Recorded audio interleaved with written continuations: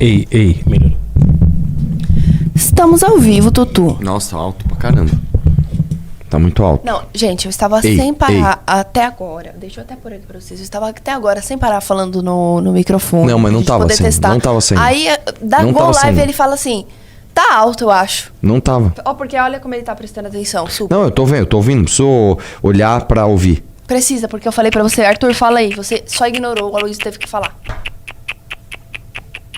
O que vocês acham disso, gente? Já deixa o like de vocês aí na live, tá bom? Deixa o like aí na live. E vamos começar? O senhor tá muito ocupado salvando o mundo aí? Pior que eu tô, né? Pior que eu sempre tô. Tá ocupado salvando o mundo, meu lindo? Sim, é um saco. Você quer que eu comece a live? Vai. O que a gente tem pra quem entrar no Valete Plus? Ó, nós temos a revista Valete nova. Ela põe ela se passando batom. É melhor que ficar vendo você aqui, careca, mexendo no celular, com a cabeça baixa, com um buraco na cabeça no meio. E temos, ó, ditos e feitos memoráveis de Sócrates. Uau. E Quiton, diálogos de Platão. Pelo amor de Deus, amigo. Vamos lá? Vamos lá? Vamos lá? Você tá bem? Como Vamos foi lá. o fim de semana? Põe na tela. Vocês viram que ele me ignorou completamente. O que foi? Nada, Arthur. Você tá com roupinha de europeia hoje? Eu, de europeia? É, com aquela golinha em cima da blusa de lã. É roupa de europeia isso daí. É? Uhum. É que eu sou alemã. É verdade. Vai. Com um candidato de direita na frente, eleições na Colômbia vão para o segundo turno. Abelardo de la Espriella, do Movimento de Defensores de la Pátria, recebeu o maior número de votos, mas não alcançou o resultado necessário para vencer no primeiro turno. Por que a Nering colocou isso? Eu acho que está havendo uma guinada à direita no mundo, tá? Não é mesmo? Milei, né? Agora na Colômbia, a própria Gen Z, né? Fazendo revoluções à direita no mundo. E é isso aí. Próximo. Arthur, vamos lá. Ajude nossos corteiros e faça um comentário um pouquinho mais longo. Mas o que é pra falar sobre isso? Fala. É só você aprofundar o seu comentário sobre a direita tá ganhando mais espaço. Entendeu? Principalmente na América Latina. Aprofunde. Quando a gente põe uma matéria assim curta e você só faz um comentário de 5 segundos, isso atrapalha a vida dos nossos corteiros, sabia? Mas eu não quero corte disso. Tipo assim, isso é uma notícia. Eu só tô falando que as pessoas querem informadas. Franzark, já que a Ana não dá, então vamos silenciar você por 24 horas pra ver se amanhã você fica mais educado.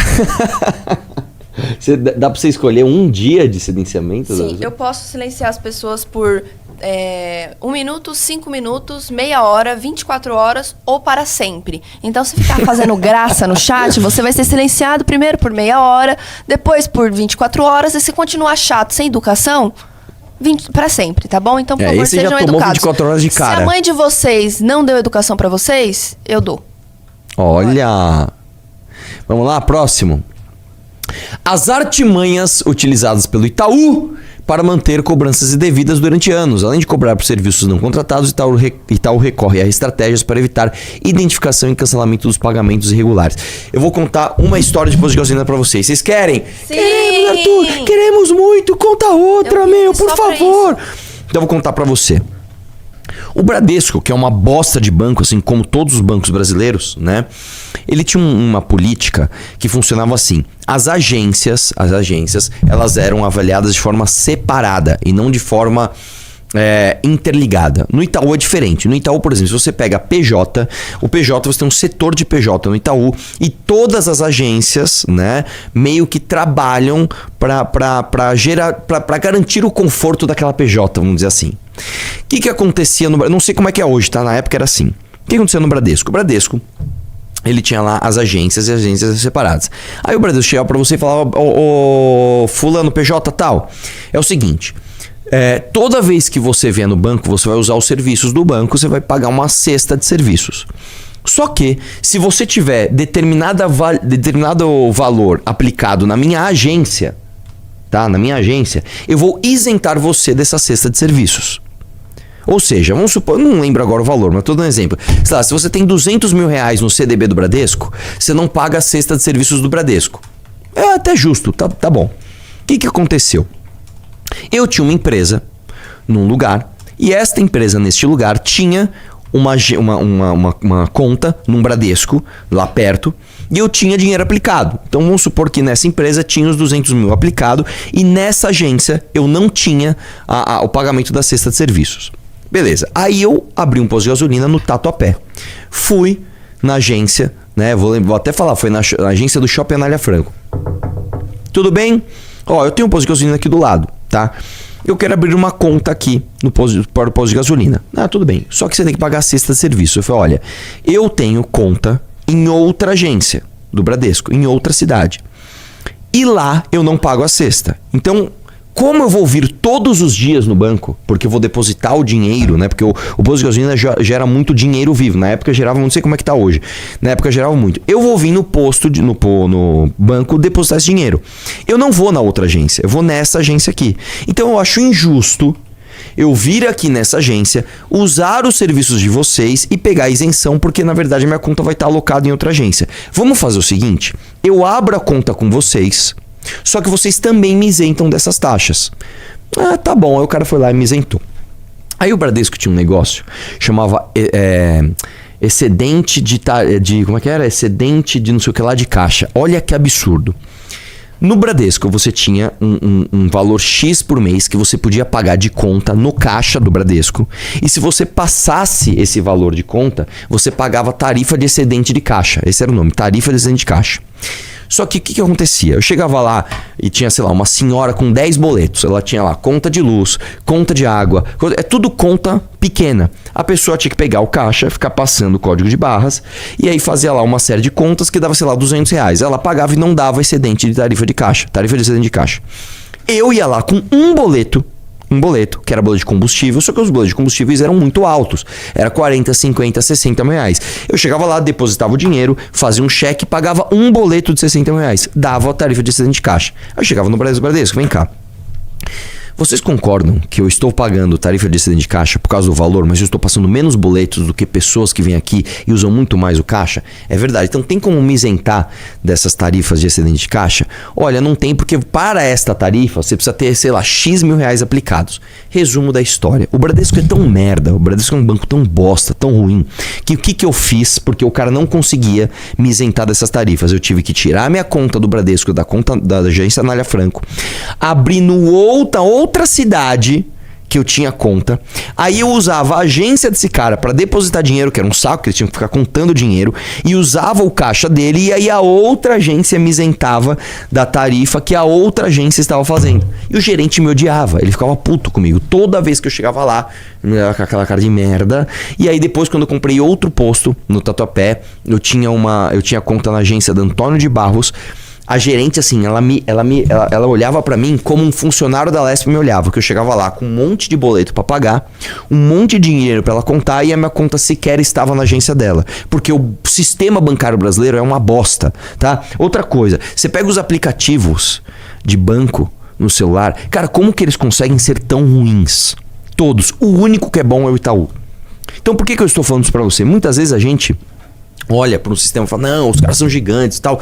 Você tem que conferir tudo, mano.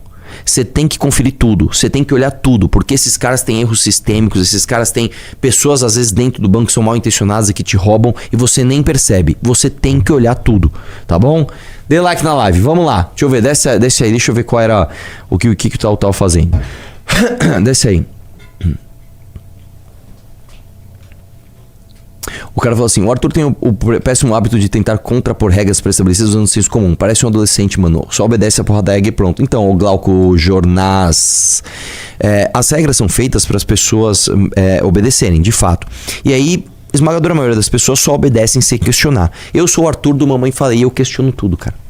Sim, eu sou o chato que vai chegar no banco e falar, meu, eu não quero pagar essa tarifa. Não, mas não é verdade? Pensa comigo. Em vez de eu ficar pagando, e as tarifas eram caras, tá? Era tipo assim, era 50, 60 reais por dia de excedente de caixa. Você acha que eu ia pagar? Você acha que eu ia ficar pagando 50, 60 reais de taxa todos os dias se eu podia simplesmente tirar a minha conta dessa agência e jogar em outra? Foi o que eu fiz. E quem se prejudicou? As próprias pessoas da agência próximas ao meu posto. Então, no fim do dia, irmão, tá? O custo nem recaiu sobre mim. A vida é assim, cara. Algumas pessoas são só seguem, outras pessoas param, questionam e falam, peraí, deixa eu ver como é que eu gasto menos dinheiro, como é que eu ganho mais dinheiro, como é que eu deixo esse processo mais eficiente. Agora foi tipo aquele momento no filme em que os personagens falam o nome do filme. Como assim? O chat entendeu a referência. Eu não entendi. É tipo aquele Beta Spirit? Você tá me chamando de Beta Spirit? Olha, fazendo flexão, irmão. Gente, eu posso só fazer um desabafo aqui rapidinho? Semana passada, vocês lembram, sexta-feira eu cheguei, fui lá, comprei um pozinho bem lindo pro Arthur, que ele pediu um pozinho e um pincel eu não pedi um pó pra ele. Eu pedi só um pincel, mas tudo bem. Não, você pediu pó também. E aí eu fui lá, comprei bonitinho com amor e carinho. O que ele fez hoje? Derrubou no chão, estraçalhou o pó aqui. Vocês viram o carinho, cuidado. Comprei até um estojinho pra ele guardar. Aí, ó lá, estraçalhou. Agora eu tô aqui em cima de um monte de pó. Ai, Ana translúcido. É a vida, né, cara? Enfim, só um desabafo. Vamos lá. Mais do que cobrar por serviços não contratados, o Itaú adotava artimanhas para manter os descontos indevidos nas faturas dos correntistas pelo máximo tempo possível. A estratégia incluiu medidas para evitar a identificação das cobranças, induzir o pagamento dos valores e evitar cancelamentos dos descontos. Desce aí. Vamos lá. Tudo isso é descrito na ação que deu origem ao acordo assinado pelo Itaú com o Ministério Público de Minas Gerais, no qual o banco admitiu as práticas ao longo dos últimos 14 anos. Entre as artimanhas, estava lançadas nas faturas as cobranças por produtos não solicitados pelos clientes com nomes genéricos para dificultar o que os correntistas identificassem a origem do desconto. Desce aí. Tipo assim, desconto, tarifa de uso de transferência de valores monetários, né? Os nomes genéricos não estavam correntismo. Vamos lá. Para tornar a estratégia ainda mais cruel, a ação aponta que muitas vezes os correntistas se sentem obrigados a pagar pela cobrança indevida com medo de punições ou por não quitar o valor total da fatura do cartão de crédito. Desce aí.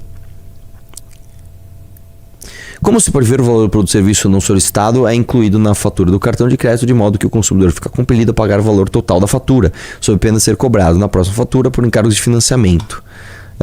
Diz o trecho da ação. Quem identifica a cobrança devida e a origem enfrenta ainda a burocracia do Itaú. A ação reúne relatos de documentos apresentados por correntistas que pediram cancelamento, mas não foram atendidos. Em um dos casos documentados, o Itaú se comprometeu a interromper as cobranças, mas o valor continuou aparecendo nas faturas dos meses seguintes. Desce aí. E aí o acordo do Itaú, eles assinaram 10 anos após o início da tramitação da ação civil coletiva, traz exigências que na prática inviabilizam o ressarcimento de clientes lesados, conforme também revelado pela coluna. Eles fizeram um acordo e o acordo não devolve o dinheiro para os clientes. Desce aí.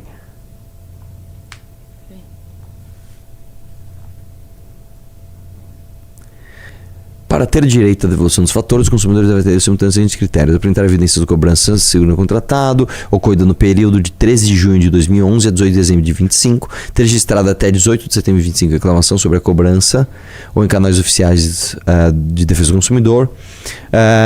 Que mais... E é isso. Assim só poderão reaver os valores clientes que tenham denunciado a cobrança irregular nos canais oficiais até dezembro de 25. Ou seja, se o cliente leu o acordo do MP com o Itaú, pesquisou e viu somente que em 26 foi lesado, ele não poderá ter seu dinheiro de volta. Que sentido faz isso, cara? Tipo assim, o Itaú falou, pessoal, é o seguinte, quem viu, viu, quem não viu, não viu mais. E o Ministério falou, beleza, tá bom. Pelo amor de Deus, gente. Outra imposição é que o próprio cliente comprova que não pediu os serviços pelos quais foi cobrado. Dessa forma, apesar do banco ter admitido a prática, quem terá de demonstrar que não foi responsável pela cobrança é o titular do cartão. Nossa, desce aí. Acabou, mas temos mais uma sobre isso. Pois é. Vamos lá, próximo. Se o Itaú tirou R$1 de cada correntista, levou 16 bilhões de reais em 14 anos. Itaú admitiu cobrar indevidamente por serviços não contratados pelos clientes durante 14 anos. Velho, é foda, né? É foda, né? Mano, eu sempre fui muito chato com o banco. Cara, eu pegava o extrato, eu via cada nomezinho. Tarifa, não sei quanto, 30 centavos. Devolve meus 30 centavos. Devolva meus 30 centavos. Não, cara, banco é foda, cara. Você tem que tomar muito cuidado. Próximo. Pessoal, dá like na live aí, por gentileza. E o Lula dizendo que não é comunista eu não sou comunista não, porque eu sou um católico fervoroso. Eu sou mais cristão do que comunista. Quando me perguntaram se eu sou comunista, eu falei, eu sou torneiro mecânico. Vai. Mas o que se chama de comunista nesse país, eu não sou comunista não, porque eu sou um católico fervoroso. Eu sou mais cristão do que comunista. Quando me perguntaram se eu sou comunista, eu falo, eu sou torneiro mecânico. Tá bom. Na véspera de eleição ele é católico, não é comunista. não cobra imposto, ele gosta de acabar com o imposto na blusinha e gosta de dar auxílio. Esse é o Lulão, né? O Lulão da massa. Vamos lá, próximo. Hoje eu estou muito triste, governador. Estou muito triste, senadores. Hoje é um dia para mim decepcionante. Eu vou virar para vocês. Eu estou muito triste hoje com a notícia de que o secretário dos Estados Unidos da América do Norte, um tal de Marco Rubio, disse que os Estados Unidos, disse que os nossos criminosos aqui são terroristas e que os americanos podem fazer intervenção. Por que eu estou triste? Primeiro porque essa tal de Comando Vermelho, esse tal de PCC, eles são terroristas para as comunidades brasileiras, para a sociedade brasileira. Para o povo da periferia desse país, eles são terroristas. Pausa. Porque eles incomodam. Como é que vocês tratam ele recebendo as suas lideranças dos ministérios? Entendi, Lula.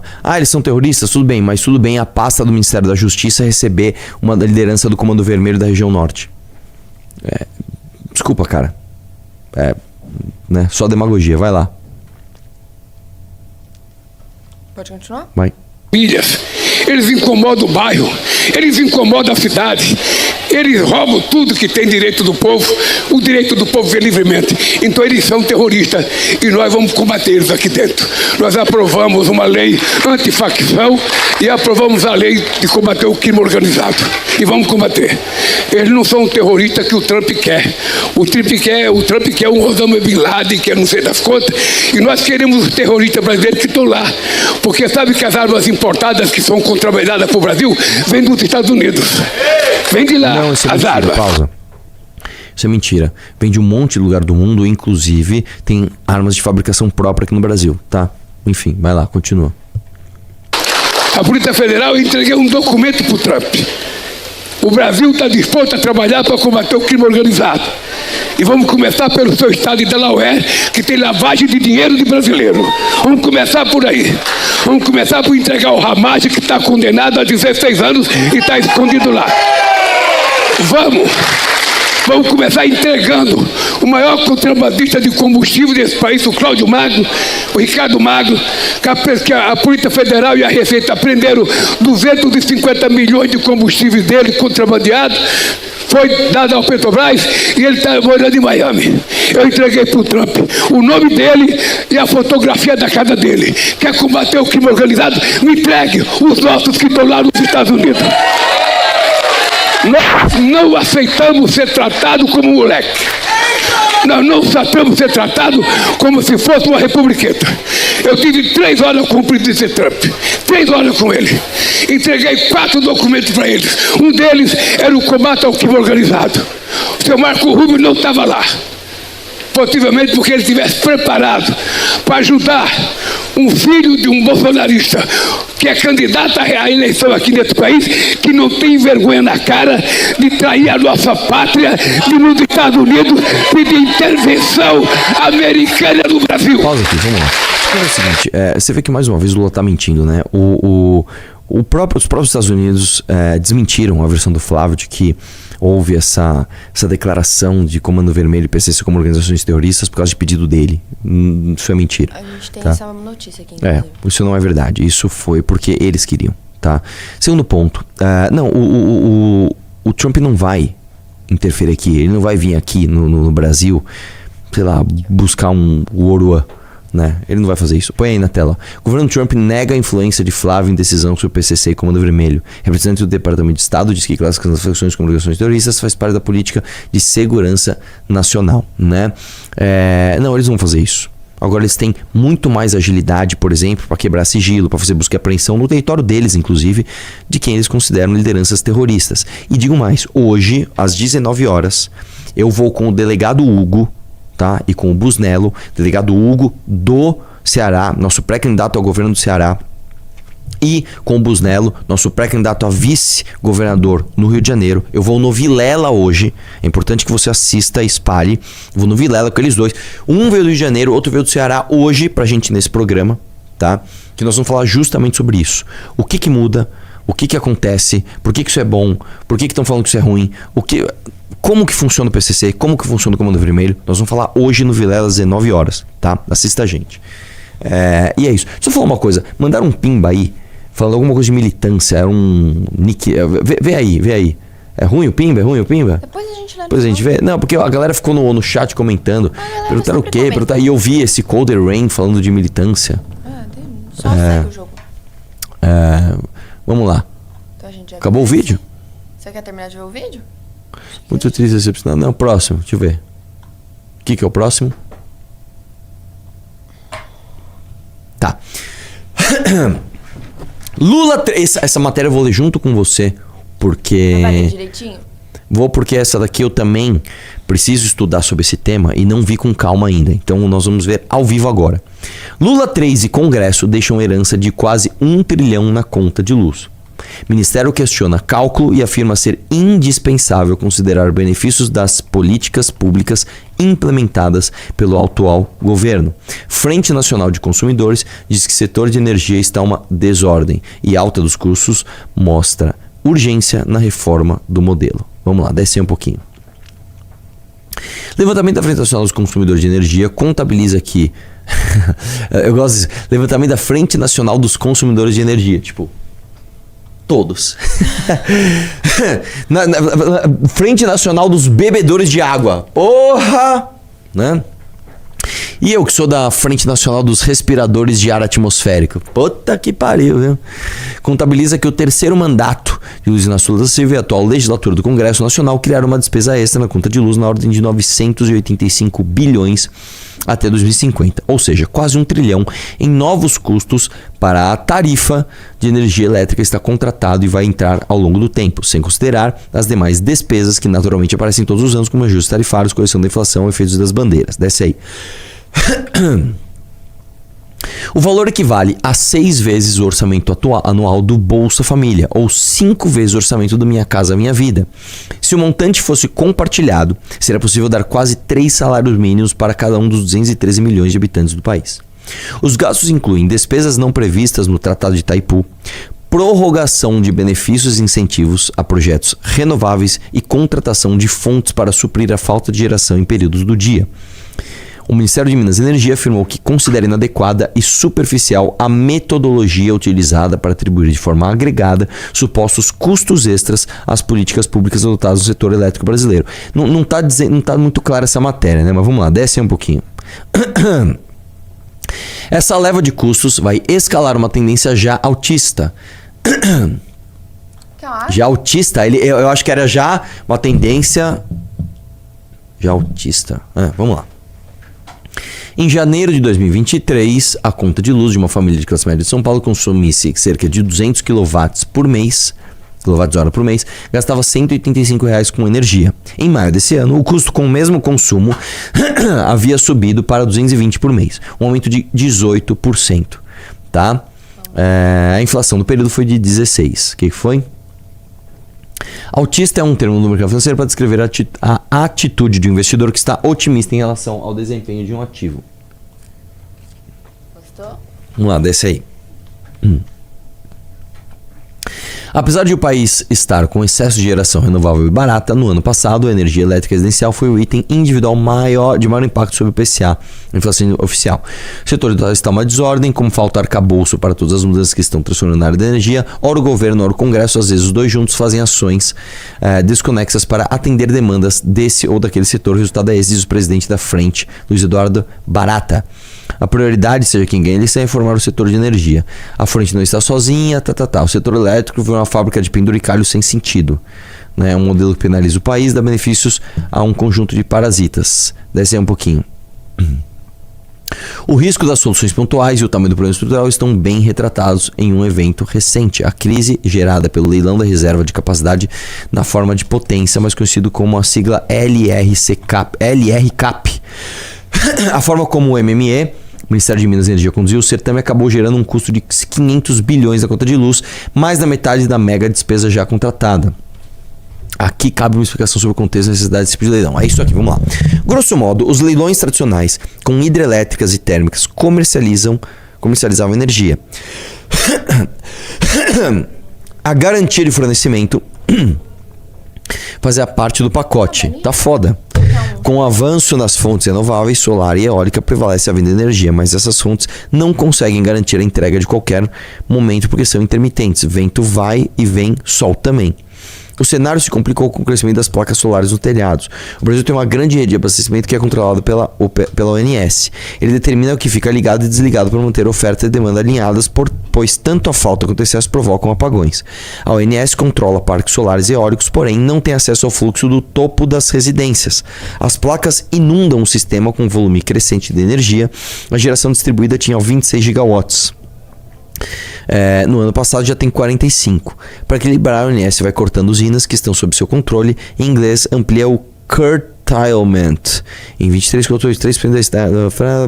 Deixa eu ver se eu entendi isso. O que eles estão dizendo é o seguinte: você precisa de uma gestão muito precisa da energia, porque excesso de energia na rede é problema, falta de energia na rede é problema. Então, se você começa a construir parques eólicos e parques solares que entram na rede de distribuição de energia elétrica, tanto quanto as termos e as hidrelétricas, você começa a ter sazonalidades. Então, por exemplo, hoje tá meio-dia, tá um sol de rachar, os painéis solares estão, despejando energia na rede. Isso tá ruim, isso não é bom. Você tá aí com vento, bombando, tá jogando energia pra caramba eólica na rede, isso também não é bom. Hoje tá sem sol e sem vento. Está faltando esse tipo de energia na rede. As termoelétricas e hidrelétricas têm que trabalhar muito. Isso também não é bom. E o controle disso não está sendo feito da forma correta. Eu vou te dizer o meu palpite, tá? Eu tô falando de orelhada. Provavelmente, de forma ideológica, os caras vão criando metas. Vamos criar a meta de ter tantos por cento de energia renovável eólica aqui. Vamos ter tantos por cento de painel energia elétrica aqui, sem entender a realidade do setor. Provavelmente é isso, tá? Provavelmente é isso. O final do dia também virou um momento crítico. O pôr do sol suspende a oferta de energia solar, exatamente quando as pessoas chegam em casa, ligam a luz, acionam aparelhos e tomam banho no chuveiro elétrico. Esse momento chamado de horário de ponta. É preciso entrar com outro fornecimento rapidamente para manter o equilíbrio entre oferta e demanda. O governo não conseguiu mexer na estrutura de enrosco, que tende a piorar. Por tudo isso, o LRCAP é considerado fundamental para manter a segurança do sistema. Ele compra a garantia de entrega. Entendi. Ele chega pra hidrelétrica e fala: hidrelétrica, é o seguinte, eu tô contratando você pra você ficar à disposição. Se eu precisar, você vai entregar. E se não precisar, você não vai entregar, porque não pode ter sobrecarga de energia na rede. É isso, entendi. O governo não conseguiu mexer na estrutura desse enrosco, que tende a piorar. O primeiro leilão do gênero ocorreu em 21, consenso no setor que o Ministério de Minas e Energia deveria ter feito certames anuais, contratando pequenos volumes e colocando todas as fontes para disputar juntas, o que elevaria a concorrência e tenderia a reduzir o preço. Um calendário regular previsível também ajudaria as empresas interessadas no certame a organizar sua participação. No entanto, que se viu foi uma sucessão de derrapadas institucionais que, além daquele custo de 3 dígitos, alimenta uma polêmica ruidosa. O MME protelou os certames por 3 anos, tal. Então, claro que com certeza teve lobby demais, um monte de lobby. E aí, não, peraí, segura um pouquinho, não deixa aqui, vamos ver. É exatamente isso, né? Desce aí um pouquinho. Para complicar, algo deu errado no cálculo dos preços teto. Por ser considerados baixos demais, foram recebidos por fortes reações dos investidores. O MME, admitindo equívocos, fez a revisão. Em 3 dias anunciou aumento de 80% e 100%. Tipo assim, a gente calculou errado, pessoal. Agora, no leilão que é amanhã, a gente simplesmente aumenta aqui o preço teto para 100%. A galera fala, porra, né? Desce aí um pouquinho.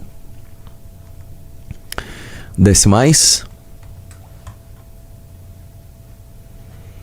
Desce mais.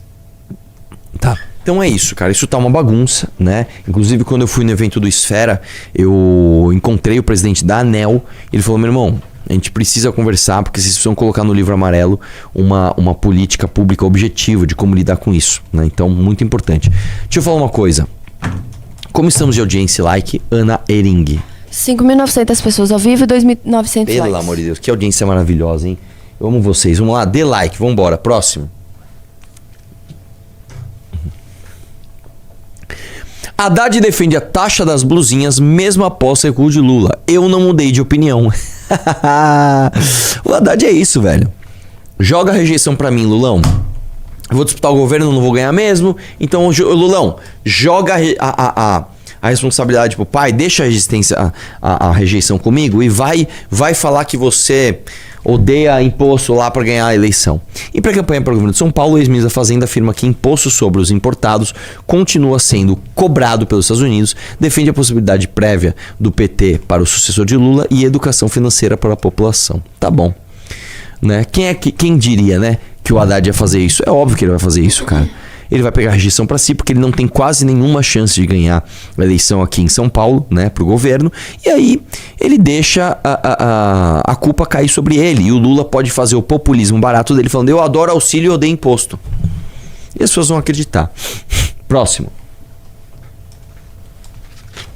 Like na live, meus lindos. Like na live. Momento ranho. Vamos lá. O que é isso? Calma aí, se a internet colaborar, a gente vai descobrir. Vamos lá, o que é esta pessoa? Vamos lá, a Folha recebeu denúncia. Que denúncia que é? Vamos ver. A assessora parlamentar da liderança do PT na Câmara no Estado de São Paulo e mulher presidente da sigla do Estado, Thalita Grego, foi vista saindo de uma academia em Jundiaí, cidade de cerca de 60 km da capital paulista, durante o horário do expediente na manhã de segunda-feira. Nomeado no início de março, com salário bruto de 10 mil, Thalita assumiu o cargo comissionado, outro lado, a funcionária diz que cumprir o horário de trabalho e nega ter estado em espaço de spinning da qual é sócia. Vai lá, dá play. 2 minutos é foda, hein? Não, recebeu denúncia de que uma servidora da Câmara Municipal de São Paulo não aparece para trabalhar desde que foi nomeada como assessora parlamentar da liderança do PT, com salário de pouco mais de 10 mil reais.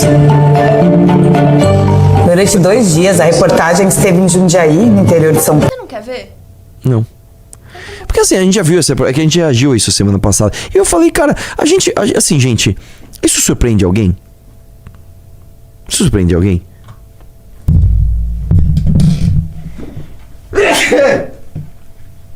Isso, alguém olha e fala: nossa, estou surpreso com isso, vou deixar de votar no PT.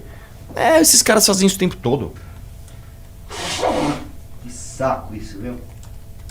Vamos lá? 45 universidades brasileiras.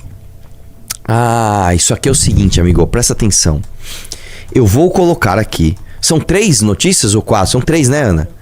4 notícias para você ver como o Brasil é uma coisa maravilhosa, né? Nós vamos começar com essa. 45 universidades brasileiras caem em ranking das melhores do mundo por baixo desempenho em pesquisa. Veja a lista. Vamos lá? Desce aí um pouquinho. Das 45 das 52 universidades brasileiras que integram lista das melhores do mundo, caíram na posição do ranking 2026, de acordo com dados divulgados nesta segunda-feira pelo Centro para Rankings Universitários Mundiais. A queda generalizada, que atingiu 87% das instituições brasileiras, é atribuída principalmente à queda no desempenho em pesquisa e à crescente competição global com instituições mais bem financiadas. Deixa eu falar uma coisa para você. O Brasil gosta de falar que as universidades brasileiras pesquisam muito. A gente produz muita pesquisa, isso é verdade. Qual que é o problema? A gente pesquisar muito não significa que a gente pesquisa bem.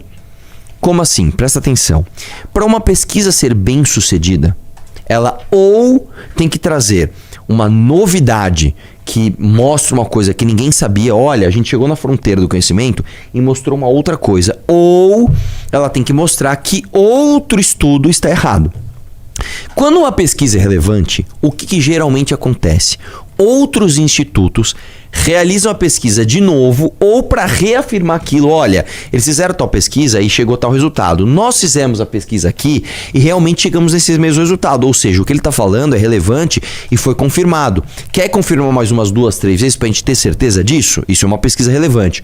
Ou o contrário, alguém pega e fala assim: deixa eu realizar de novo, porque eu vou mostrar que na verdade essa pesquisa está ruim. Olha, eu fiz essa pesquisa, só que tem um detalhe que não foi colocado nesse primeiro estudo, que é isso aqui, parará, então isso é mais ou menos certo, ou isso está errado, e você começa a gerar uma discussão acadêmica. Outro sintoma de que você está pesquisando bem é que os papers muito bem conhecidos, né, do mundo acadêmico, por exemplo, a Nature, ela vai publicar uma pesquisa sua. Ou então você vai ter pessoas do resto do mundo chamando você para mostrar o resultado em outros lugares, em outras universidades. O Brasil pesquisa muito mesmo, só que as nossas pesquisas nunca são replicadas, nunca são contraditadas e nunca são publicadas em papers importantes. Porque a gente faz pesquisa irrelevante. A gente pega, por exemplo, vamos pegar a Fefeleche. Cara, a Fefeleche pesquisa coisas das mais absurdas. Quantas e quantas vezes em 2017, 2018, eu não fiz vídeos mostrando, tipo assim, olha, tal pessoa pegou uma bolsa de não sei quanto para fazer um estudo.